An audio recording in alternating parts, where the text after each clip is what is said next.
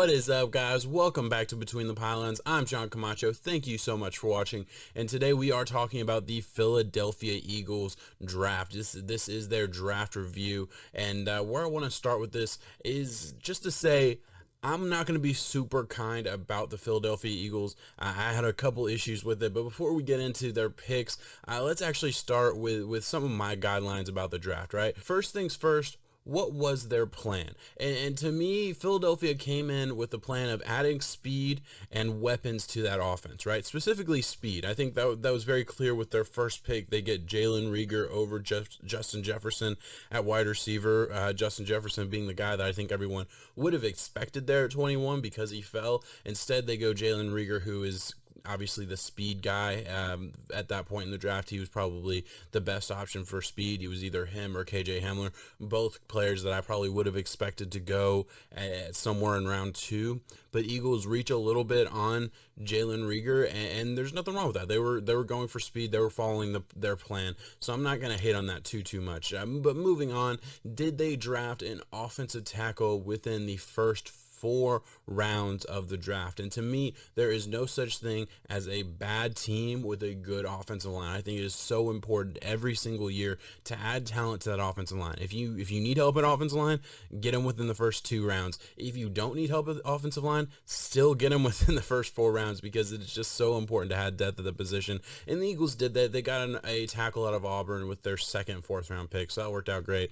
And my last guideline is attack the strength of the draft. And for this draft, the strength was wide receiver, and we already kind of talked about it. The biggest need the Eagles had coming into this draft was wide receiver, so of course they were going to attack the strength of the draft in this draft specifically. So with all that out of the way, let's get into the actual picks. With the Eagles' first pick, number 21 overall in the first round, the Eagles take Jalen Reagor, wide receiver out of TCU, and I mentioned it earlier, guys. This pick was all about speed. Speed kills in the NFL. We saw the Legion of Zoom with the Chiefs win the Super Bowl last year, and the Eagles wanted explosive playmakers on the outside, and that's what they get with Jalen Reagor.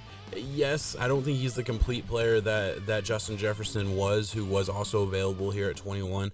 I do believe Justin Jefferson was the consensus pick, but they take Jalen Reagor because they want speed, and they know that speed kills, especially having a quarterback like Carson Wentz who can absolutely sling it all over the field. So I understand the pick from that's perspective. To me, this is a guy who was not helped a whole lot by their quarterback. He probably had a lot more yards and a lot more touchdowns on the field if he had a quarterback that could probably get him to the ball consistently. But that's just kind of how it goes in college football. You just never know. He's going to go to a place with the Eagles where they're going to know how to use him. They're going to be able to use him in the same way that they use Deshaun Jackson. They're going to be able to have scripted plays for him. And let's go back to the beginning of last year when Deshaun Jackson was healthy. Very first game of the season, the Eagles were kind of playing very poorly against the Washington Redskins, a game that the Eagles obviously had more talent on the field and probably should have won that game handily. They were losing by, I think, 10, 15 points at the half, and they ended up winning that game in the second half in part because of Deshaun Jackson and his speed down the field. The connection of Carson Wentz to Deshaun Jackson was a lethal connection very early in the season. That connection doesn't really work out throughout the season because of Deshaun Jackson's injuries pretty much throughout the majority of the season.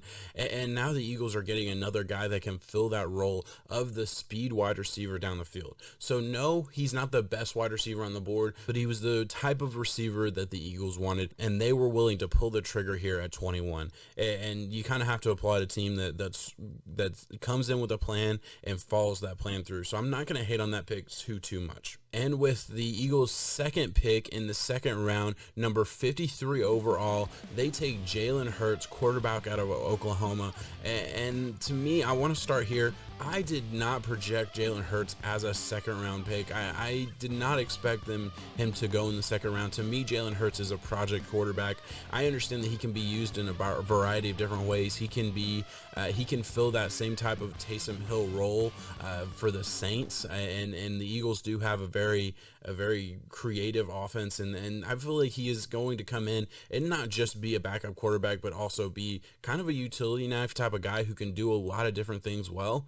To me, in the second round, to get a luxury pick like that, I don't necessarily agree with it. Now, the Eagles have won a Super Bowl with their backup quarterback, so I can't hate too much on the value of that position. There's a saying that goes on in the NFL that the second most important position on offense is the backup quarterback. So I 100% understand the thought process behind it. To me, Jalen Hurts was not the best quarterback on the board for me in the second round there, and that might be controversial a little bit. I understand that. I'm not trying to hate on Jalen Hurts. I just thought as a thrower, as a thrower of the football, he's not there yet, and that's not to say he can't be, but from what I saw in college, it's just not there for me. So I didn't understand the pick from that perspective. As far as adding a guy to a quarterback room, adding a guy who's going to have great character, who's going to come in and work really hard, yeah, you got to love Jalen Hurts from that aspect. To me, this is a team that had way too many needs at wide receiver, still at cornerback. To value Jalen Hurts over those other maybe more important needs was surprising to me, but again, that is what it is. I didn't love the pick by any means, but I understand the thought process behind it. And in the third round, pick number 103, the Eagles do take Davion Taylor, offensive linebacker out of Colorado. And this is a guy who has an awesome story. He played just 6 quarters of high school football. He was turned down by community colleges coming out of high school and ends up finding his way onto the Colorado roster, ends up finding his way into the third round of the NFL draft. And this is a guy who's raw. Very, very raw. He's not ready to be a starting defensive end, a stand-up linebacker, wherever you want to play him. He's not ready for that right now, but he is going to be. He is going to be a good player. I actually really, really like the upside of Taylor here. I like the pick at the end of the third round. I think there were probably positions that I maybe would have valued more for the Eagles, but at that point in the draft, I don't blame them at all for taking probably what was the best available player on their board was with Davion Taylor. I like the pick. I like the upside of the player, and he's going to a position in a team where they already have a really good front seven. So adding a guy like this who can be a depth piece in the first couple years and then grow into that starting role, I think that's a great pick for the Eagles. And to get a guy with that kind of upside in the third round, I think that's great value for the Eagles here.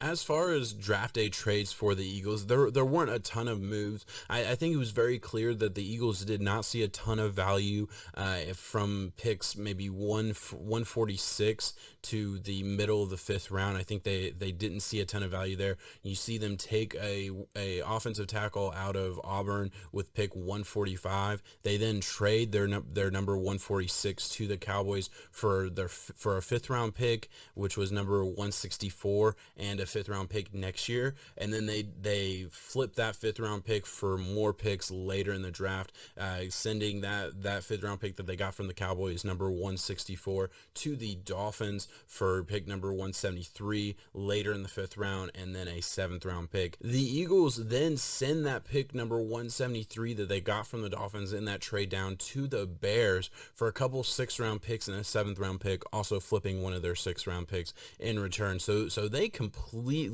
avoided that pick. They took a pick number 146 and moved down out of the 4th round and then down out of the 5th round, completely avoiding making that pick altogether. So you can tell they didn't have a ton of value in that late 4th to 5th round range. That's just something that seems very clear with the moves that they made, and I have no problem with that. That's one of those things where the board just clearly didn't fall the way they maybe would have liked. I don't think this is a draft that the Eagles are probably super proud of. To me, I'm not super proud of it either, especially early on. One of my favorite moves that they did make, and I do think this is worth mentioning, and it is absolutely my favorite move of their draft, was trading for Marquise Goodwin. They essentially swapped 6th round picks with the 49ers, and in return were able to bring in Marquise Goodwin. Now Marquise Goodwin has had his injury issues. He's never really developed into a complete wide receiver, and I'm not going to sit here and tell you that he should be valued for much more than the essentially 7th round pick that he was traded for. I mean, this was a trade that was a trade up for the 49ers, and in return they gave up their 6th round pick that they were trading up for, and what would probably be considered a 7th round pick in the form of Marquise Goodwin. So that's kind of the value that the Eagles had for Marquise Goodwin. Obviously the value that the 49ers had just trying to unload this player. And I'm not going to sit here and tell you that he should have been valued much higher. I think he should have been valued a little bit higher because, as I said earlier, speed kills, and that's what Marquise Goodwin can do. He can run really, really fast down the field, and that's something the Eagles, I think, really were valuing in this draft. So getting another guy that can do that, that's awesome. I mean, they have 3 guys that are legit burners. Deshaun Jackson's still very fast. Jalen Reagor is fast as shit. Excuse me for cussing, but that's what he is. He's incredibly fast. And then Marquise Goodwin, who has been injured, who's probably lost a little bit of speed throughout his career and has dealt with a lengthy injury history, is still very, very fast. And that's kind of his main characteristic when you talk about him as a receiver. So now you have 3 guys that can truly stretch the field for the Eagles. And I thought that was a great move, understanding what they came in the draft trying to do, and then adding just another piece, another depth piece to that roster that can do just that, stretch the field. So that was a great move. As far as my least favorite move for the Eagles, I can't get behind the Jaylen Hurts draft pick. I just can't. Now, I struggled a little bit trying to decide between Jalen Reagor and Jalen Hurts as far as my 2 least favorite moves. I didn't like either of them. I'm not going to sit here and tell you that I liked their first round very much, or their first 2 rounds very much at all. I didn't. But I can at least understand Jalen Reagor. I value Justin Jefferson higher than Jalen Reagor. I did have Jalen Reagor as I believe a top 6 or 7 receiver in this class. So as far as a reach, I don't think it was insane. It was insane for the guy that they had on the field, my number 4 receiver in this class, Justin Jefferson, but not incredibly crazy and by any means. But Jalen Hurts, a guy who I personally didn't value anywhere near the 2nd round, and a guy who's going to a situation where I don't want him on the field at quarterback at all in his first couple of years. I don't think he's ready for it. I don't think he has an NFL arm. I think he's very athletic and he can move around and he can make plays with his leg, and that's awesome. That's a huge part of the quarterback position in today's NFL.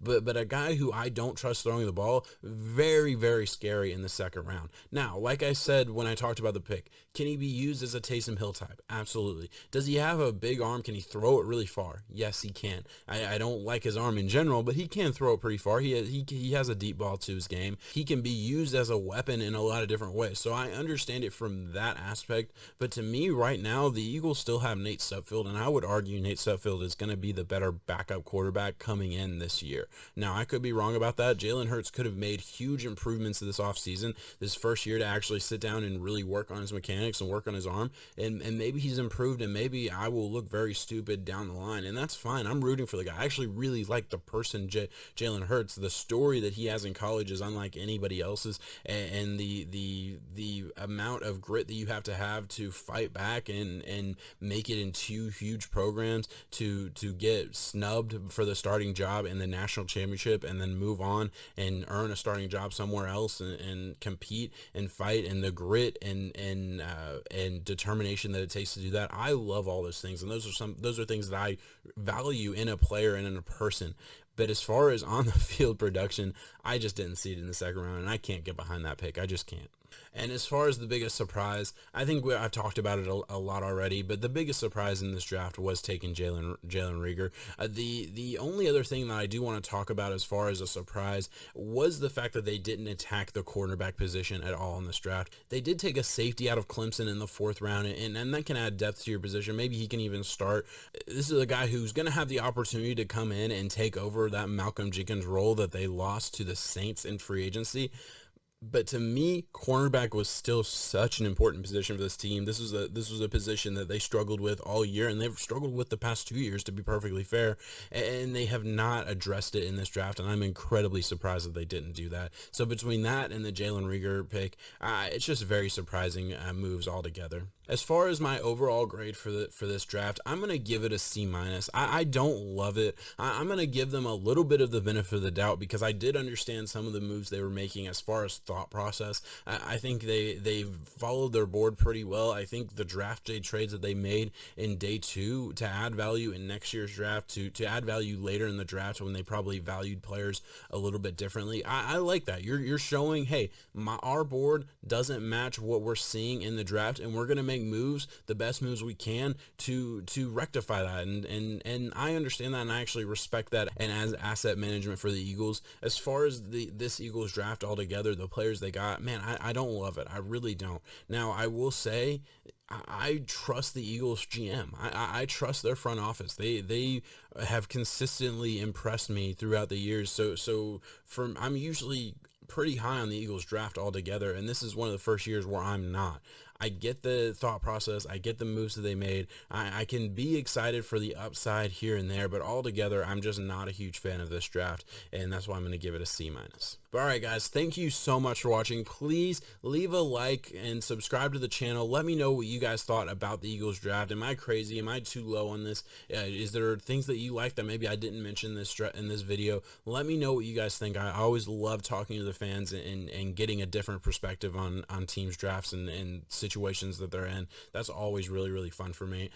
Please check back for more videos. After I'm done with this draft series, I'm going to have a lot more draft related, fantasy football related, and just football related videos that are going to be coming out weekly. So please check back and follow the journey, guys. Peace.